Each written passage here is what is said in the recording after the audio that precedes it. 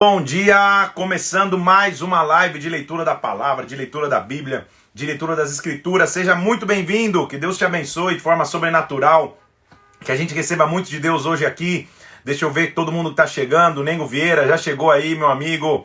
Alex, Rodrigo Santos, muitas pessoas chegando. Tony Gross, muito bom, Tony.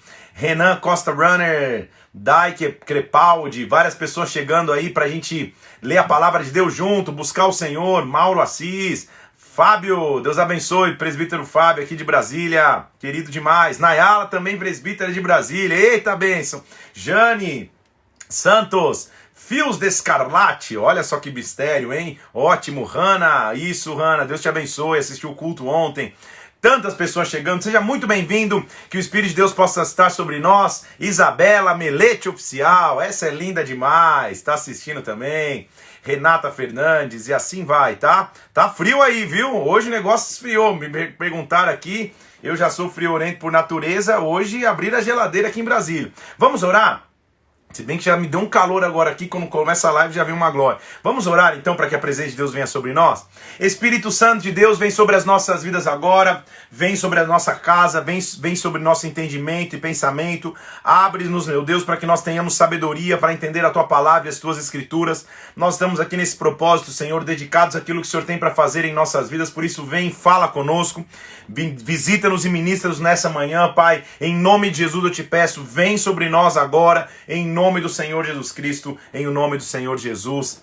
Amém e amém. Aleluia. Vamos nessa então? Nós estamos lendo a palavra do Senhor e hoje já é o dia 74, é isso? Dia 74 de 100. Meu Senhor, nós estamos realmente nos encaminhando para a reta final. Olha lá, ó. Hoje são os dois últimos dessa coluninha aqui, ó.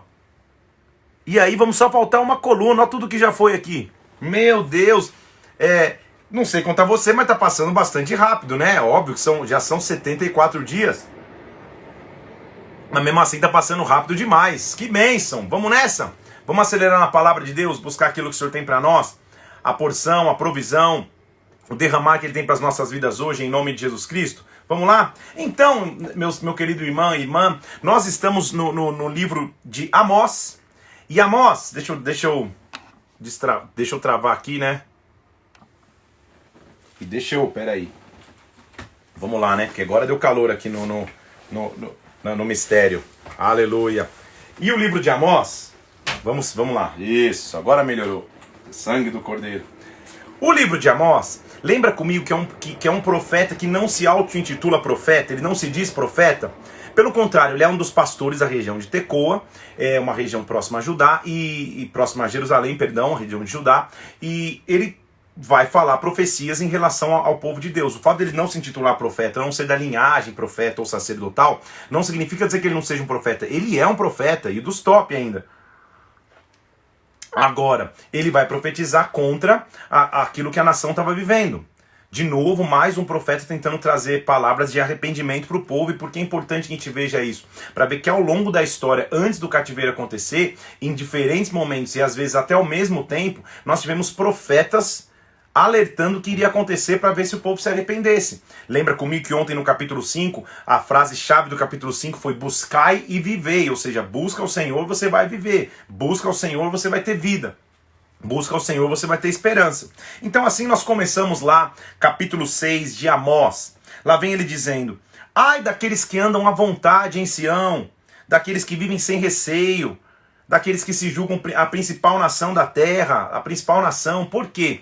Ai daqueles que estão em soberba, é isso que ele está dizendo. Ai daqueles que estão em orgulho, achando que eles são os melhores, achando que nada vai acontecer com eles. Vocês, versículo 3, que imaginam que o dia mau está longe, e vocês então fazem chegar o trono da violência. Vocês que estão na sua imponência, em outras palavras, vocês que dormem nas camas de marfim, vocês que se espreguiçam sobre o leito, vocês estão aí folgadão, vivendo uma vida fútil, é isso que ele está dizendo. Vocês, versículo 7, ireis em cativeiro entre os primeiros que forem levados cativos. Você lembra comigo que a primeira leva do cativeiro babilônico foi justamente para os nobres. justamente para os sacerdotes, para aqueles que achavam que jamais ia chegar neles a correção, jamais ia chegar neles. Então Amós está falando, vocês, é para vocês mesmos que estão aí dormindo em leito de marfim, na imponência, vivendo a futilidade da vida, vocês mesmos têm que acordar. Vocês mesmos vão ter que entender por quê, versículo 14.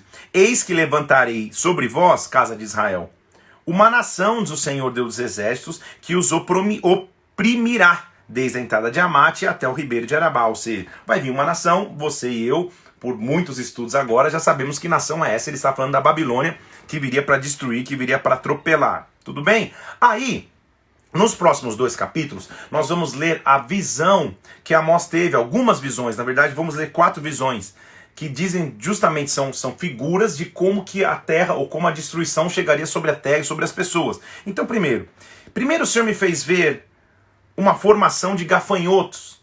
Mais uma vez, lembrando da palavra de Joel, se você não assistiu a live ontem, ou nem assistiu o culto de ontem aqui na Bola de Neve de Brasília, a gente falou sobre isso.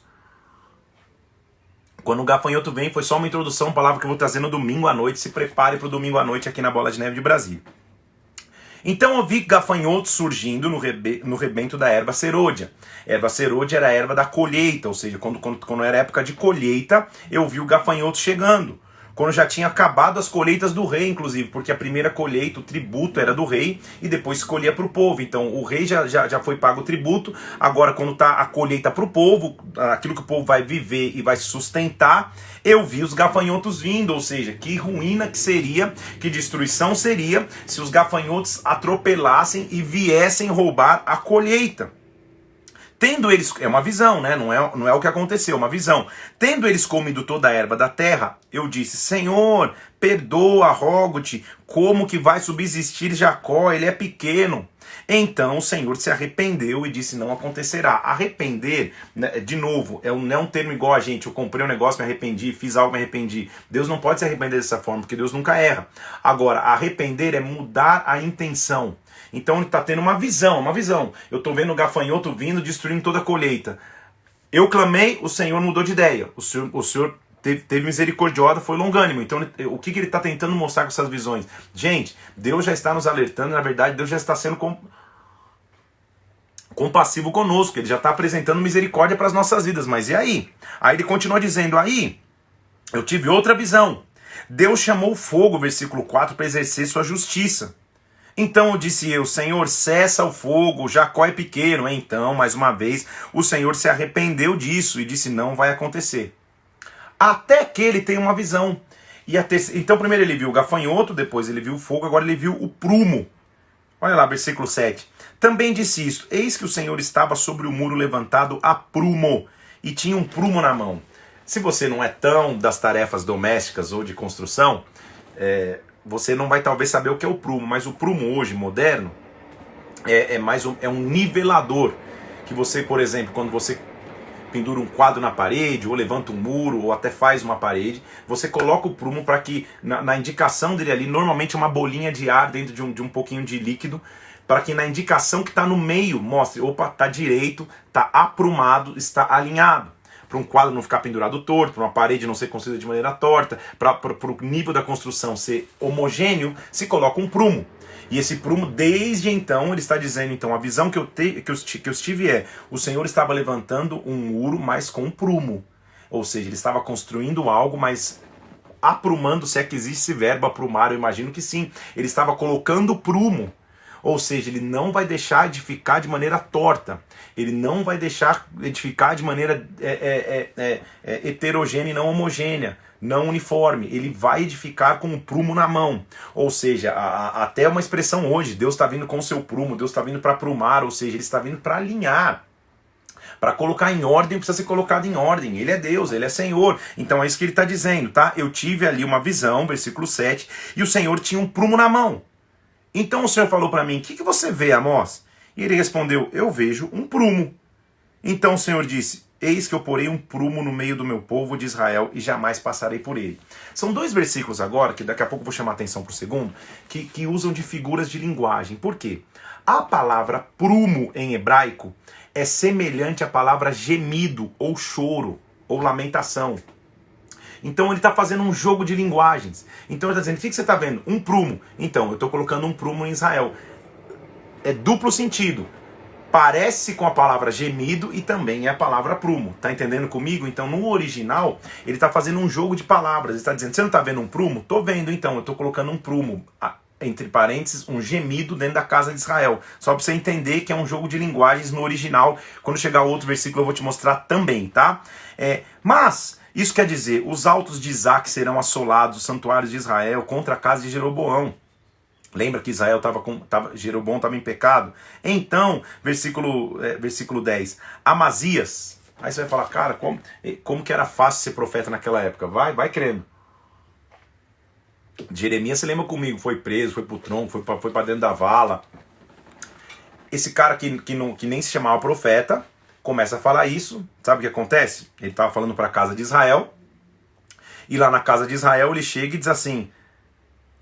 Um sacerdote procura o rei e fala assim, Amós tem conspirado contra ti, no meio da casa de Israel. A terra não pode sofrer todas essas suas palavras. Então Amós está falando contra Israel, né? Eu mencionei aqui da terra de Tecoa, terra de Israel, né? Eu falei Judá no começo, agora é terra de Israel, tá? Então, ele chega e diz assim, tem um cara conspirando contra você. Ele tá falando várias palavras que você vai morrer, que a gente vai ser levado cativo. Ele traz isso para o rei. Então, Amazias disse a Amós, versículo 12, vai embora, vidente. Vai para a terra de Judá. Sai daqui do nosso terreno. Vai comer lá teu pão, vai profetizar para lá. Ou seja, ele não era nem reconhecido. Olha a resposta de Amós. Amós diz assim para Amazias, versículo 14. Eu não sou profeta, nem discípulo de profeta. Eu sou boieiro, eu sou colhedor de sicômoros. Olha como Deus é maravilhoso. Olha a defesa dele. Cara, eu não sou nem da linhagem de profeta, você está me mandando eu embora, me despedindo porque eu tô profetizando. Eu não sou profeta, eu sou colhedor de fruta, cara. Eu sou cuidador de gado, eu sou pastor de campo. Então é assim que ele estava se defendendo. Mas olha que interessante ver como muitas vezes o profeta se levanta e não é que ele não é aceito. Além de não ser aceito, ele é expulso. Ele está sendo expulso, o cara está dizendo, vai profetizar para os lados de Judá, vai para lá, aqui a gente não quer você não. Aí ele está dizendo, eu sou só um cara humilde, eu só sou um boiadeiro, eu só sou um colhedor de fruta. Mas olha como Deus fala. O Senhor, versículo 15, me tirou de trás do gado e me disse, vai e profetiza ao meu povo de Israel. Amós é evidência que Deus pode chamar qualquer um. Amós é evidência que não precisa existir um clero separado, de homens separados somente, que só Deus fala com eles. Não, Amós é evidência que Deus fala com qualquer um. Deus pegou um pastor humilde de rebanho, um pecuarista que cuidava de gado, um colhedor de frutas do campo, e o chamou para profetizar contra Israel.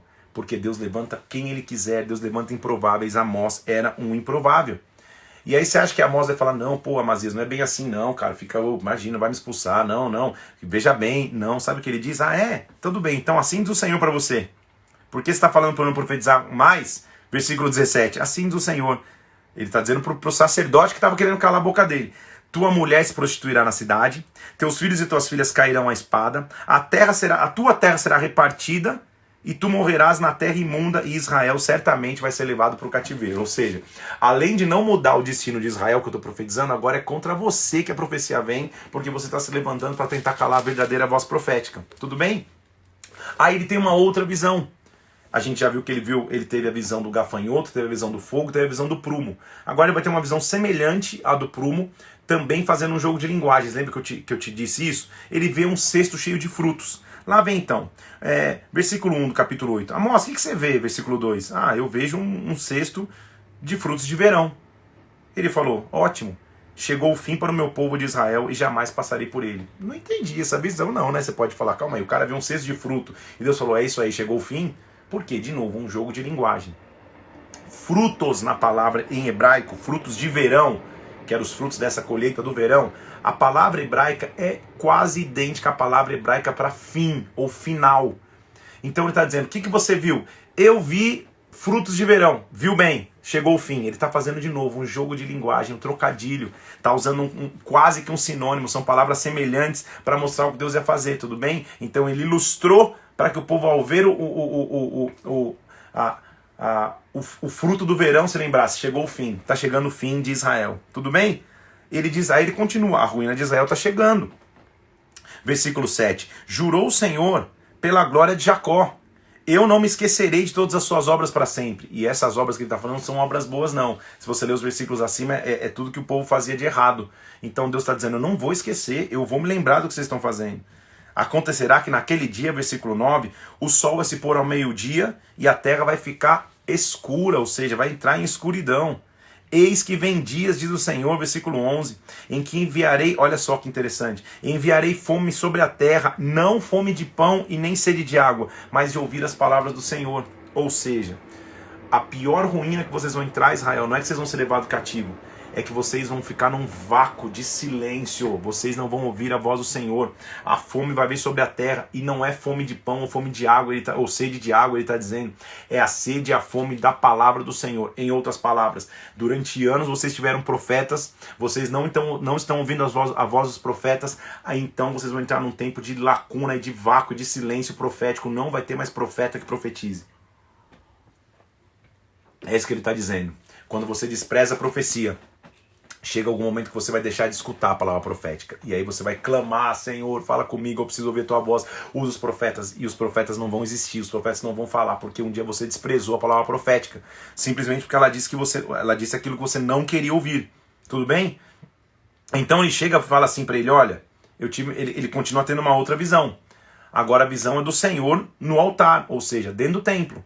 Viu o Senhor que estava em pé junto ao altar, capítulo 9, versículo 1. E o Senhor me disse, fere os capitéis e estremecerão os umbrais. O que é capitéis? Não é pessoa, capitel é coluna. Então, derruba as colunas e os umbrais vão se mexer. Ele está falando do templo, ele está falando do altar. Então a profecia é direcionada lá para dentro do templo, para os sacerdotes de dentro do templo. Percebe que ele não está falando com o povo lá fora, ele está falando com o templo lá dentro do templo. Você lembra que tanto em Judá como em Israel, o templo foi destruído, a Síria levou Israel embora, Babilônia levou Judá embora, e os sacerdotes foram levados embora. Então ele está falando para os sacerdotes, fere as colunas e os umbrais vão estremecer, nenhum escapará, mesmo que fujam até o mais profundo abismo, eu vou lá tirá-los, mesmo que subirem ao céu, eu os farei descer, ou seja, não vai ter como se esconder da minha mão. Deus é o que edifica. Olha, deixa eu ler o versículo 4. Se forem para o cativeiro diante dos seus inimigos, ali darei ordem à espada, ele os matará. Ou seja, Deus vai eliminar uma geração de sacerdotes ruins, de sacerdotes profanos. É isso que ele está mostrando e falando. Aí ele continua dizendo, por quê? Porque o Senhor dos Exércitos é que toca a terra e ela se derrete, ou seja, ele é poderoso, ele tem poder. Versículo 6, Deus é o que edifica suas câmaras no céu, que fundou a terra, que colocou alicerce, abóbora é alicerce na terra, é o que chama as águas do mar, que derrama sobre a terra, o Senhor é o seu nome, ele está mostrando a grandeza dele. A grandeza dele, Deus é grande, mas sempre o profeta enxerga um espaço para a esperança. Por isso que é importante entender que em Deus sempre há chance de recomeçar. Essa é a nossa reflexão de hoje. Em Deus sempre há chance de recomeçar, porque lá vem ele dizendo assim, olha, versículo 8, eu não destruirei de todo a casa de Jacó, diz o Senhor, ou seja, não vai exterminar de uma vez só, porque eu sacudirei a casa de Israel, como se sacode trigo no crivo, ou seja, como se peneira o trigo, sem que caia na terra um só grão. Ou seja, eu vou peneirar, mas os grãos não vão se perder. Naquele dia, aí vem uma promessa bíblica, que inclusive é repetida lá na frente em Atos capítulo 15. Naquele dia, levantarei o tabernáculo caído de Davi, versículo 11. Repararei as suas brechas, levantando-o das suas ruínas, restaurá-lo-ei como fora nos dias de antiguidade. Ou seja, Deus tem promessa de redenção. Igreja, estou pregando aqui. Querido irmão, irmã, o cativeiro não tinha nem acontecido. Ele já está dizendo, vai ter um dia de restauração do tabernáculo de Davi. Tabernáculo de Davi é a raiz, a linhagem do próprio Jesus Cristo. Ele está dizendo, eu vou levantar das ruínas, eu vou levantar o tabernáculo de Davi que estava caído ao chão, eu vou levantar. Olha só o que ele diz, olha que promessa maravilhosa de restauração, meu irmão e irmã, versículo 13, vem dias, diz o Senhor, em que o que lavra segue logo ao que ceifa, ou seja, não vai dar tempo de plantar, esperar o tempo para colher. Quem plantou já vai estar seguido na sequência pelo aquele que vai colher, a colheita vai ser rápida. Vem dias que aquele que pisa as uvas vai se encontrar com o que lança a semente, ou seja, o cara que já está no resultado da colheita já vai ver o cara plantando para próximo. Os montes vão destilar mosto, provisão, e todos os outeiros se derreterão. Versículo 14, mudarei a sorte do meu povo de Israel, reedificarão as cidades assoladas, nelas habitarão, plantarão vinhas, beberão seu vinho, farão pomares, comerão fruto, restauração, provisão, plantá-los-ei na sua terra, já não serão arrancados, diz o Senhor Deus. E assim termina Amós. Sempre é bom ver que o profeta tem uma palavra de confronto, uma dura palavra, sem dúvida. Mas ele sempre tem uma palavra de esperança. Porque o nosso Deus é um Deus de esperança. Em Deus sempre há chance de recomeçar. Independente do que tenha acontecido na tua vida. Em Deus sempre há chance de recomeçar, sempre há chance de reconstruir, sempre há chance de fazer de novo. Porque Ele é Deus, Ele é Senhor. Então lá está Amós mostrando, olha, a gente está num tempo difícil, estou tendo visões de destruição, mas a mesma visão que ele tem lá no final já. Deus vai restaurar o tabernáculo que estava caído, Deus vai mudar a sorte e Deus vai trazer para nós colheita. Amém? Termina então o livro de Amós, rápido o livro de Amós, e nós vamos para o mais rápido ainda, porque Obadias é o menor livro do Antigo Testamento. Haja vista que tem um capítulo só. Então, se um dia você estiver num culto pedirem para abrir em Obadias 3, não vai ficar vacilando. Obadias 2 não vai ficar vacilando, não existe. Obadias tem um capítulo, é o menor livro do Antigo Testamento. E a concentração da mensagem de Obadias é uma repreensão não a Israel, não a Judá, mas é uma repreensão a Edom. Quem são os descendentes de Edom? O que é o povo de Edom? Quem são os edomitas? Você há de se lembrar comigo lá em Gênesis que há uma divisão em uma família, a família de Jacó e de Esaú. Você se lembra que desde que eles nascem, um segura o calcanhar do outro, Jacó segura o calcanhar de Esaú, mas acontece um momento específico que um dia Esaú, voltando cansado de sua caça, voltando cansado de caçar, ele diz, ele vende o seu direito de primogenitura para o seu irmão por um prato de lentilhas, por um guisado, por um prato de lentilhas. Você lembra disso comigo? E principalmente na hora da bênção patriarcal, quando Isaac vai abençoar os seus filhos, Jacó e Esaú, Jacó vai na frente, põe umas peles lá, finge que é Esaú e ele recebe a bênção do primogênito. Você lembra de tudo isso comigo, tá? Depois você vai ler lá se você não acompanhou. Esaú, então, se instala nessa região de Edom. Então os descendentes de Esaú são os edomitas. Eles são povos vizinhos ao povo de Israel, mas não são o povo de Israel. Tudo bem? Porém, a raiz deles são povos irmãos. Eles não deveriam ser inimigos e muito menos deveriam desejar o mal um do outro. O que acontece é que, historicamente falando, quando a Babilônia invade Judá, os edomitas enxergam aí uma oportunidade para destruir Judá e Jerusalém junto. Então, ao invés de protegerem, ou de pelo menos ficarem neutros na guerra, eles auxiliam os babilônios. Eles despojam Jerusalém. Eles riem e escarnecem da destruição de Judá. Então, Obadias vai mostrar que para Edom há um castigo por não ter sido compassivo ou não ter sido auxiliador do seu irmão. Porque Israel, Jacó, é irmão de Esaú. Eles deveriam ser povos irmãos e nesta hora da luta eles não foram. Na verdade, eles sempre foram povos rivais, sempre tiveram rixas, mas nesse momento da invasão babilônia, eles se associaram à Babilônia para ajudar a destruir ou para terminar de destruir Jerusalém. Então, comigo? Neste contexto, então, Obadias vai escrever um capítulo. E quem foi Obadias?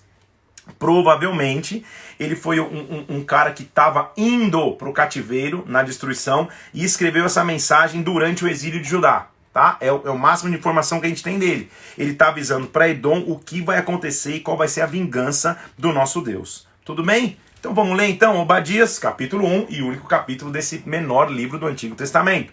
Os pecados e o castigo de Edom. Ele teve uma visão assim do Senhor a respeito de Edom.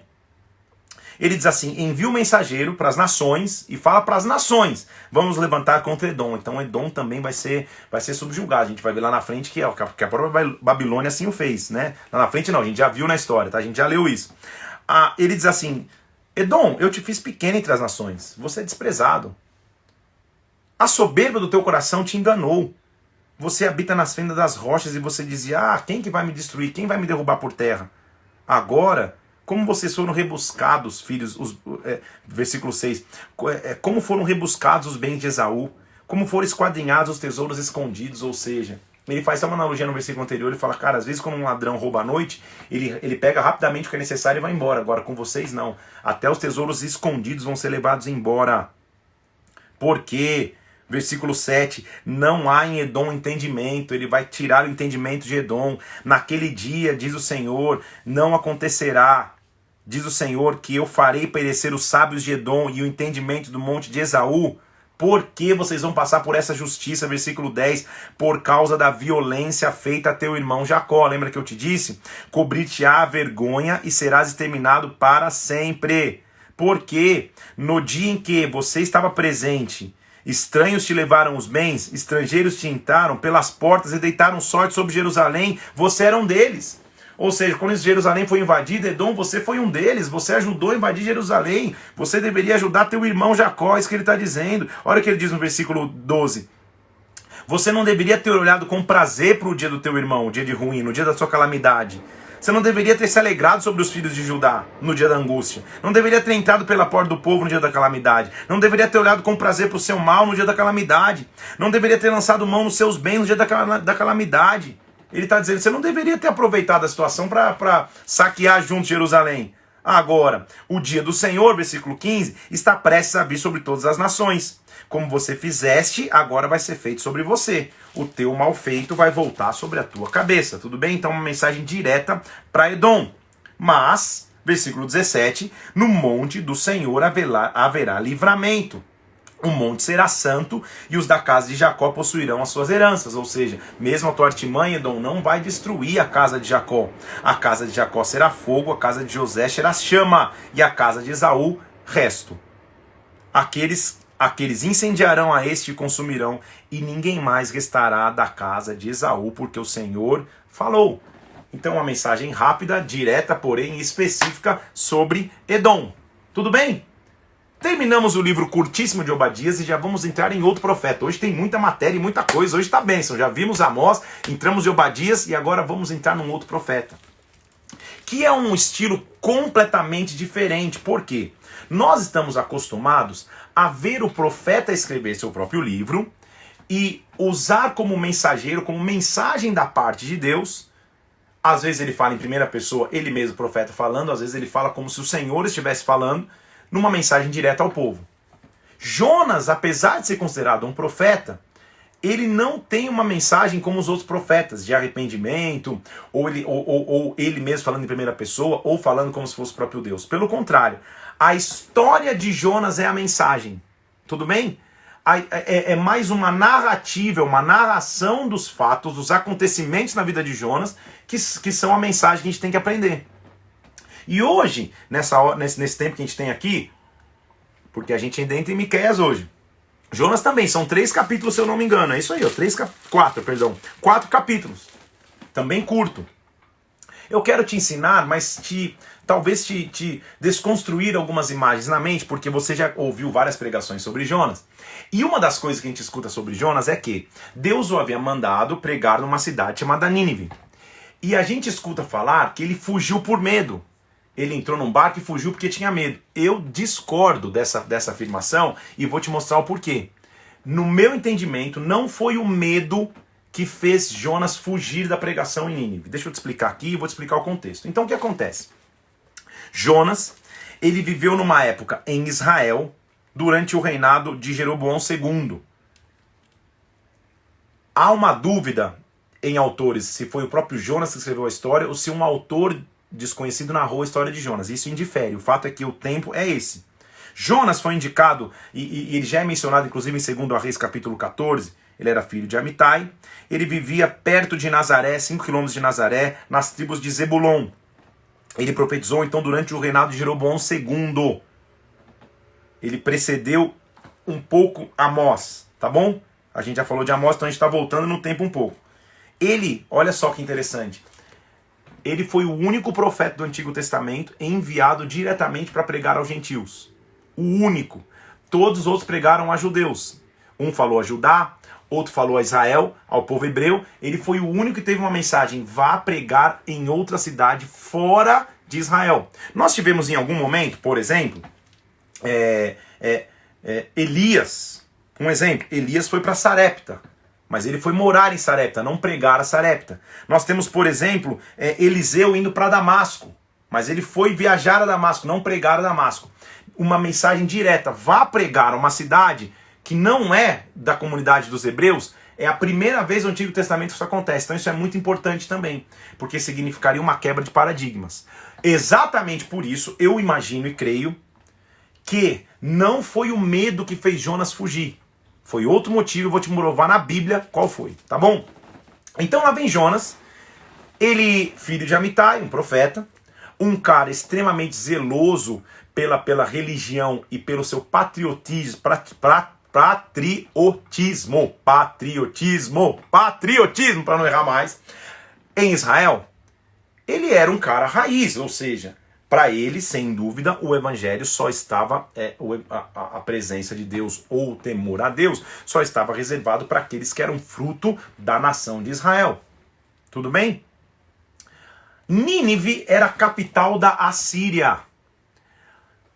O pior inimigo para Israel, que inclusive no futuro os levaria cativo.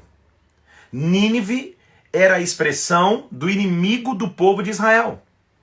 Deus visita Jonas e diz assim: Jonas, vai até Nínive e profetiza para Nínive que ela se arrependa.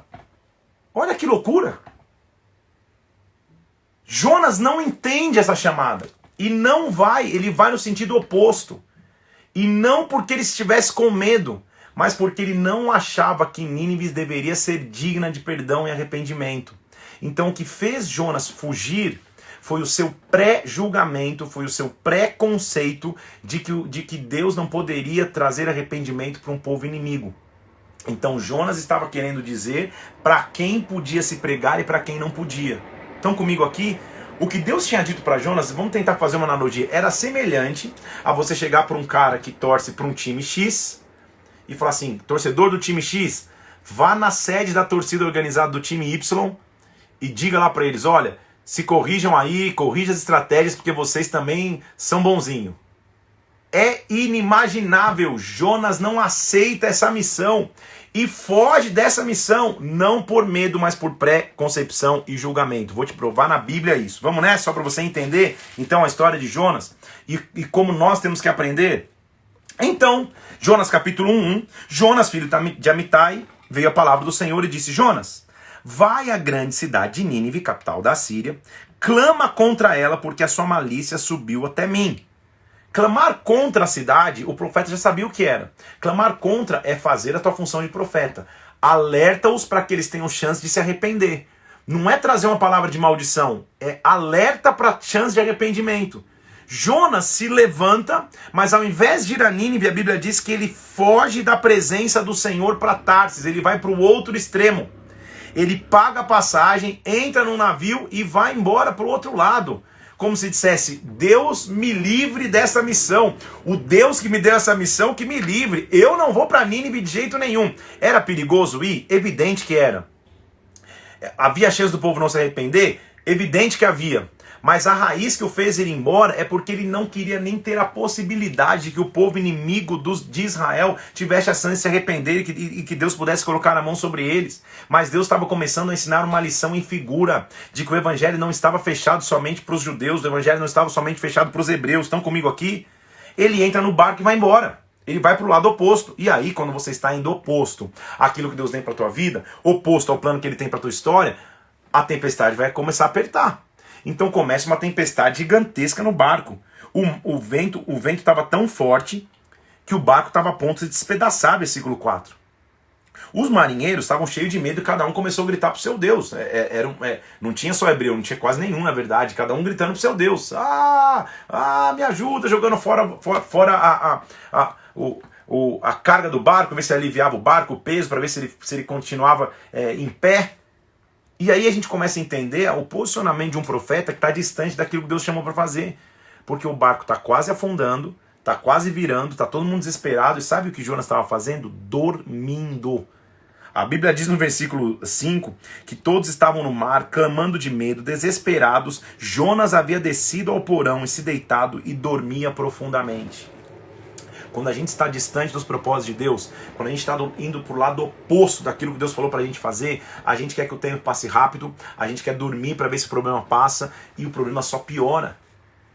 Um dos caras do navio lá, o mestre do navio, o chefe do navio, chega para Jonas e fala: Jonas, você tá louco? O que acontece contigo?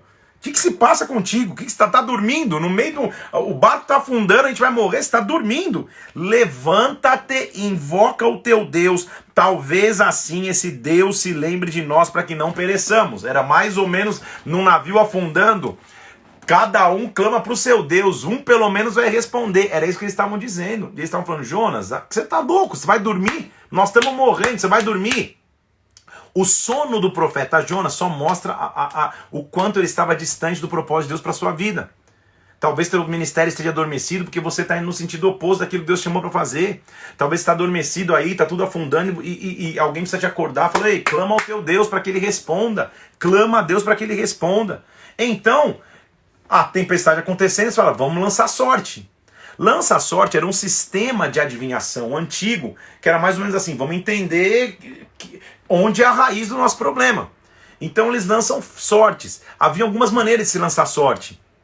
Era com quadradinhos, como se fossem dados coloridos e de cores de alguns brancos e um preto, para que você pegasse ali o que tivesse com a cor diferente na mão, ele era a sorte estava sobre ele, ou seja, ele era a raiz disso. Havia com gravetinhos que se pegava. Então vamos para os tempos modernos, não tão modernos, era como se eles fizessem um torneio de Jockey Pô. Nossa, de onde tirei isso? Um torneio de par ou ímpar. Tá? Eles começaram lá, Jockey Pô, e Jonas foi para a final, ganhou o torneio, mas ninguém queria ganhar aquele torneio, porque a sorte não deveria recair sobre ele. Quando recai sobre ele: Jonas, quem é você? Declara o que está acontecendo, da onde você vem, de que povo você é. Ele diz, versículo 9, não dá mais para esconder, né? Eu sou hebreu, e eu temo o Senhor que fez o céu, a terra e o mar. Eu sou hebreu. Aqueles caras ficaram possuídos de grande medo, porque ele já tinha declarado no navio que ele estava fugindo da presença do Senhor. Ele estava ali com os companheiros de viagem, e cada um falando: onde você está indo? Não, estou indo visitar minha mãe, eu estou indo fazer um cruzeiro lá, estou indo tirar umas férias. Ele deve ter dito assim: cara, na verdade eu estou fugindo da presença do meu Senhor. Todo mundo respeitou e ignorou. Quando a tempestade começou a acontecer, ele falou: eu sou hebreu, eu temo o Senhor que fez os céus e a terra. A galera falou: meu Deus, ele falou que está fugindo do Senhor, é por isso que está acontecendo. Eu sou a culpa de tudo isso. E eles disseram para ele: Jonas, o que a gente vai fazer com você, cara? Porque cada vez a tempestade está piorando. Ele diz assim: faz o seguinte, me pega, me joga no mar. O mar vai ficar quieto, porque eu sei que é por causa da minha vida que essa grande tempestade veio. Então Jonas estava numa inconsequência tão grande que ele falou: me matem então, me joga no mar, porque um mar, uma tempestade, um navio, um alto mar, se ser jogado no mar é para morrer, tudo bem? Ele estava dormindo para querer morrer, para passar rápido, agora ele estava querendo encurtar o seu tempo de vida, tudo porque ele estava fugindo da vontade de Deus. Então fugir da vontade de Deus nos gera morte e desejo de morte. Ele estava dizendo assim: me joga no mar, acaba com essa história, cara, salva vocês, eu que sou a raiz de tudo. Os caras foram um pouco compassivos e tentaram remar. Versículo 13, os homens tentavam remar, se esforçando para alcançar a terra, mas o vento piorava cada vez mais. Então eles falaram: Senhor, nos perdoa, não faça cair sobre nós a maldição, e jogaram Jonas no mar. Quando é jogado no mar, a tempestade acalma. Por quê? Não porque Jonas ia morrer, mas porque Deus iria redirecioná-lo. E a Bíblia diz que vem um grande peixe. É só isso que a Bíblia diz, não diz se é baleia, tubarão, ou dourado, ou robalo, ou salmão. Um grande peixe vem e traga Jonas. Aí é um milagre, é um mistério, ok? Coisas que a gente não consegue compreender porque não faz sentido na lei humana, no pensamento humano. Vem um peixe, traga Jonas, e ele fica por 3 dias no ventre desse peixe.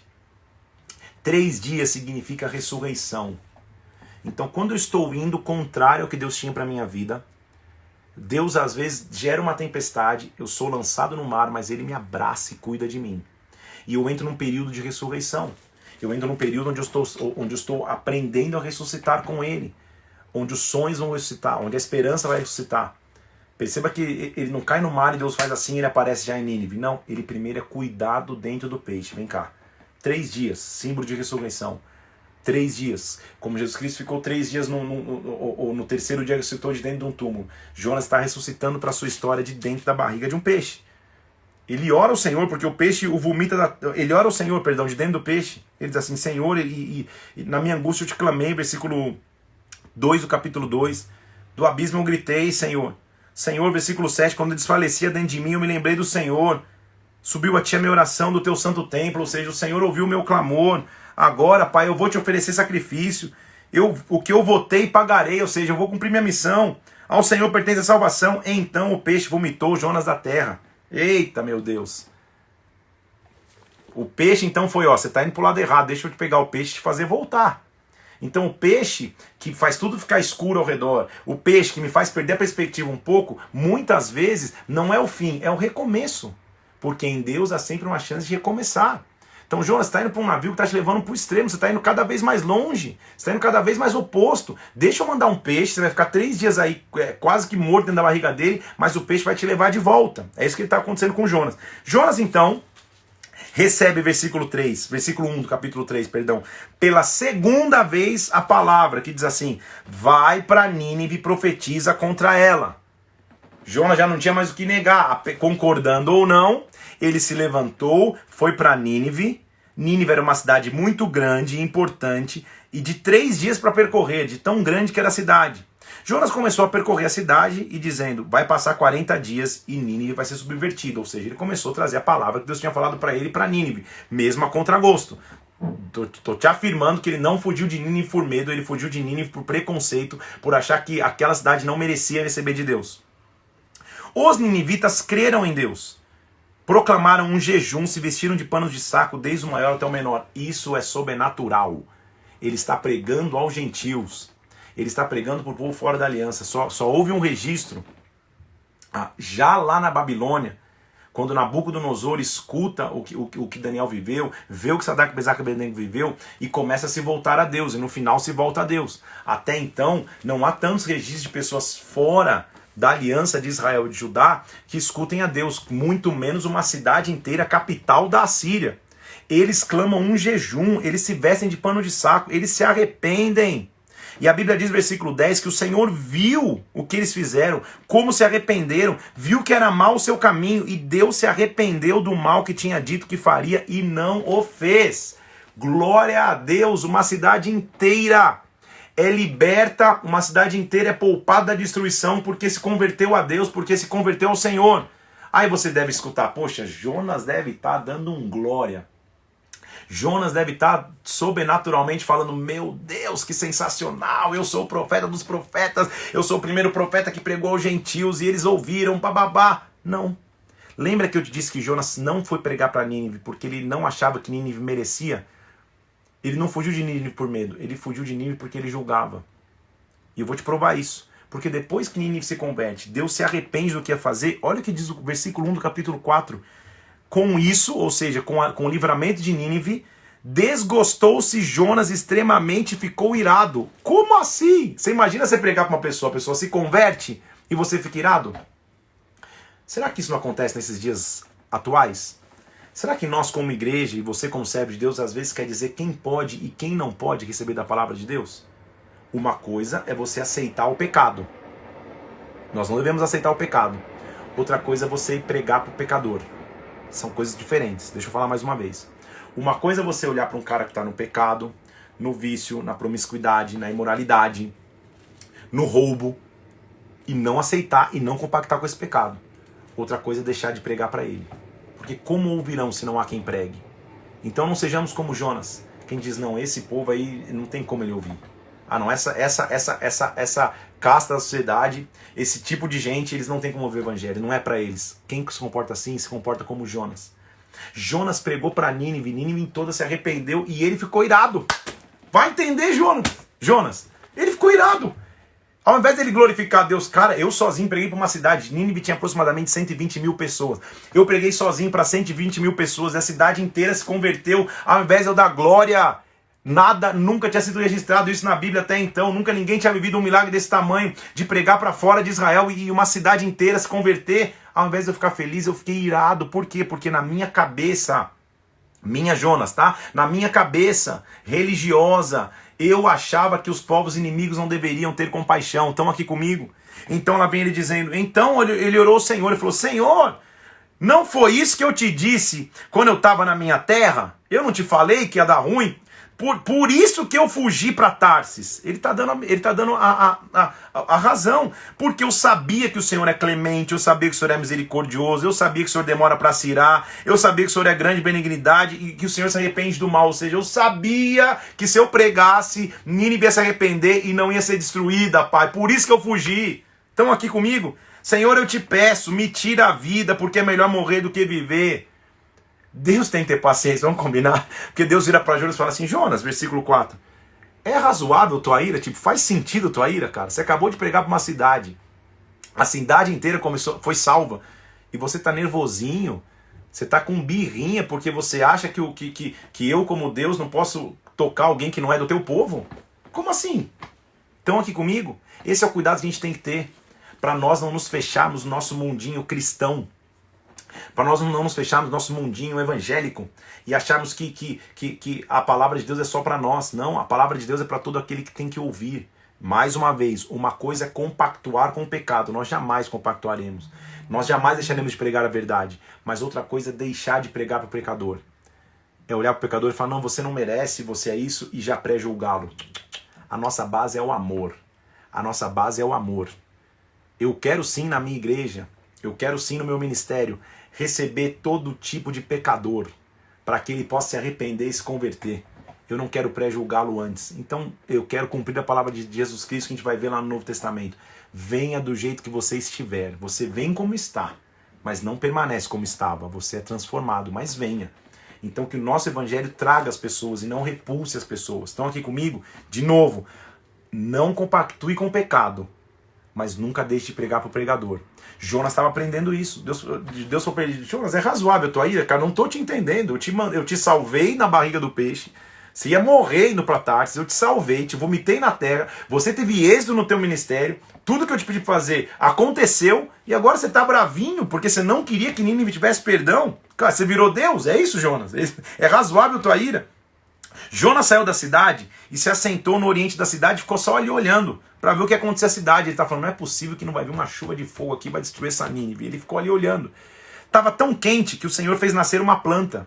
Versículo 6. A planta subiu, fez sombra para Jonas. E ele ficou feliz. Poxa, glória a Deus, uma plantinha aqui, porque senão ia morrer nesse calor. Tudo bem? Só que no dia seguinte, o mesmo Deus que fez subir, que fez nascer a planta, fez nascer um verme na planta, a planta foi consumida e morreu. E Jonas ficou irado e falou, ele estava cheio de sol na cabeça, versículo 8, ele falou, é melhor que eu morra do que viva. Aí Deus deu o tapa com a luva de pelica e falou, Jonas, é razoável a tua ira, cara?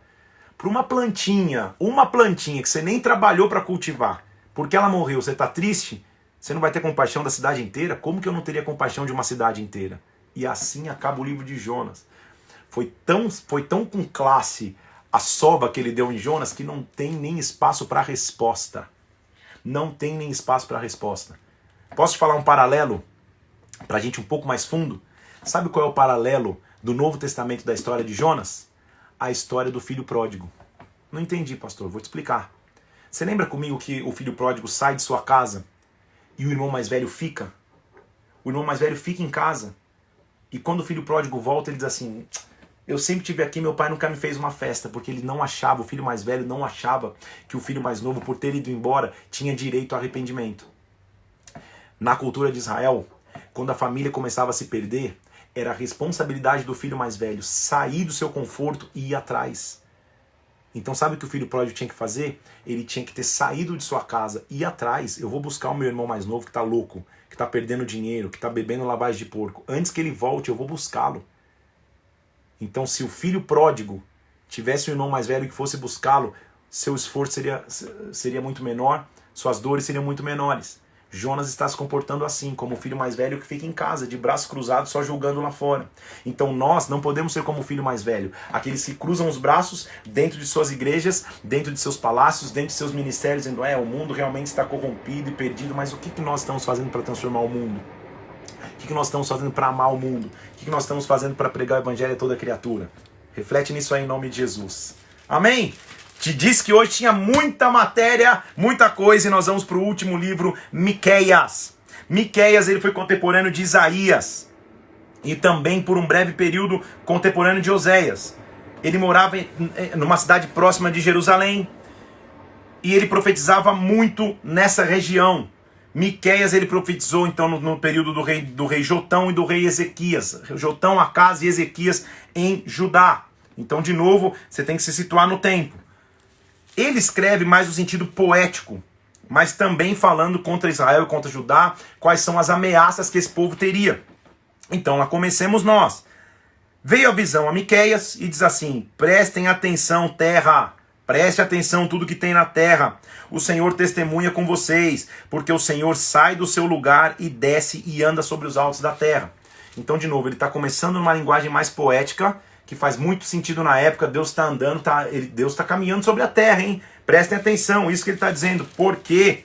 Versículo 5, por causa da transgressão de Jacó, por causa dos pecados da casa de Israel, que diz, qual que é a transgressão de Jacó? Não é Samaria? Quais os altos de Judá? Não é Jerusalém? Ou seja, vocês não estão enxergando a transgressão de vocês. Agora, por isso, versículo 6, eu farei de Samaria um montão de pedras. Eu farei de Samaria uma terra de plantar vinhas. Eu farei agora suas pedras. Eu descobrirei seus fundamentos.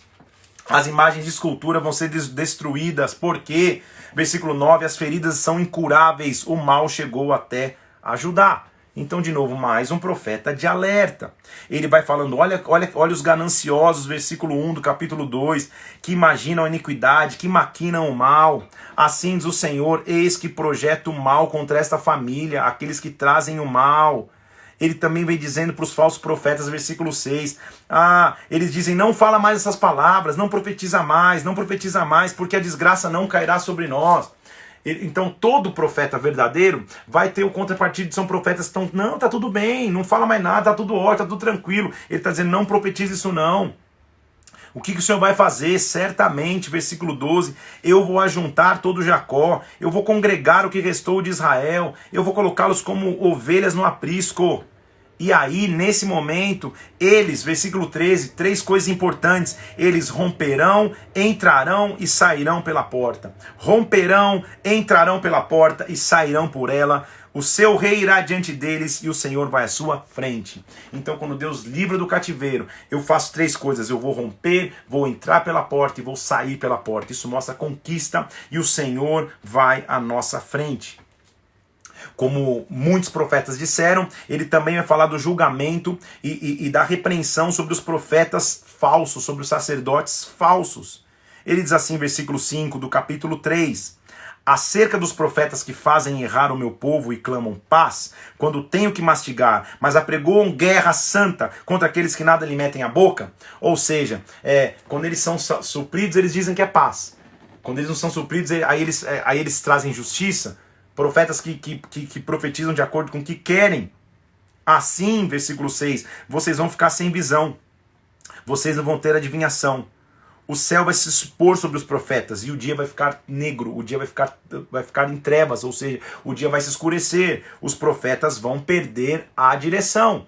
Agora, eu e você, ou eu, Miqueias está falando ali, porém, versículo 8, estou cheio do Espírito do Senhor, cheio do poder do Espírito do Senhor, cheio de juízo e de força, para declarar a Jacó sua transgressão e a Israel o seu pecado. Eu não vou parar de falar a verdade, é isso que ele está dizendo. Porque nos últimos dias, versículo 4, acontecerá que o monte da casa do Senhor será estabelecido, se levará sobre os outeiros e para eles os povos vão fluir. Mais uma vez a gente começa a ver um sentido de profecia que fala dos povos que vão fluir para o monte do Senhor, ou seja, não são mais só os judeus, não é mais só o povo hebreu, os povos vão ter a chance de vir ao Senhor. Versículo 2, irão muitas nações e dirão, vinde, vamos subir ao monte do Senhor, para a casa de Jacó, para que ele nos ensine seus caminhos, porque de Sião procederá a lei, a palavra do Senhor de Jerusalém. Então ele está dizendo, nós vamos ver as nações sendo destruídas, mas vai vir um tempo que as nações vão poder chegar a ele. Ele julgará os povos, ele corrigirá nações. Versículo 3. Cada um vai sentar debaixo da sua videira e figueira, ou seja, cada um vai encontrar o seu tempo de paz. Não haverá quem os espante, porque a boca do Senhor dos exércitos disse, a boca do Senhor dos Exércitos falou.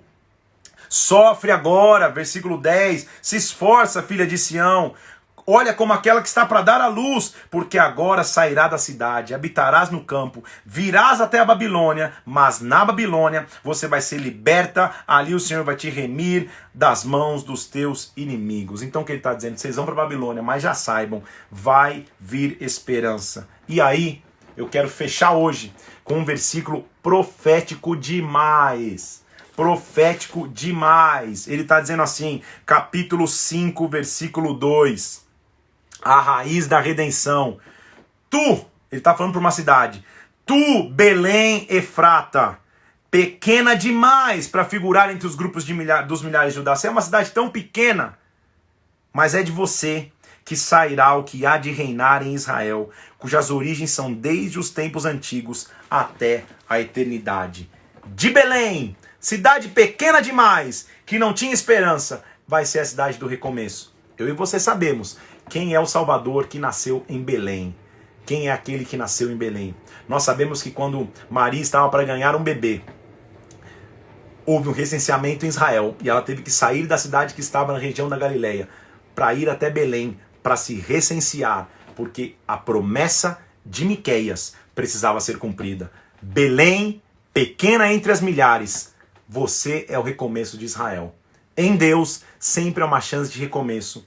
Em Deus sempre é uma chance de recomeçar. Que Deus te abençoe, que o Espírito Santo de Deus venha sobre ti, um grande peixe. Estão falando aí que baleia não é peixe, concordo contigo. Ainda mais que vem uma professora de ciências me falar isso, e é verdade. É um grande peixe que não sabe se dizer qual é, mas o importante é entender a essência da palavra de Jonas, que talvez você nunca tivesse reparado. A gente tem na cabeça que Jonas fugiu por medo. Ele fugiu porque ele achou que Nínive não tinha direito de receber. Mas aquele que vem de Belém, aquele que vem da pequena cidade que ninguém olha, ele é a chance de recomeço. Todos nós conhecemos o Salvador que veio de Belém. Amém? Que Deus te abençoe, que a glória dele venha sobre a tua vida. Como é bom a gente estar junto. Hoje então, vou até marcar aqui, foi o dia 74, é isso? Deixa eu marcar aqui já, porque eu marco junto para não me perder. 74, dia 74 de 100. Amanhã, dia 75, nós vamos de Miqueias capítulo 6 até Zacarias capítulo 1.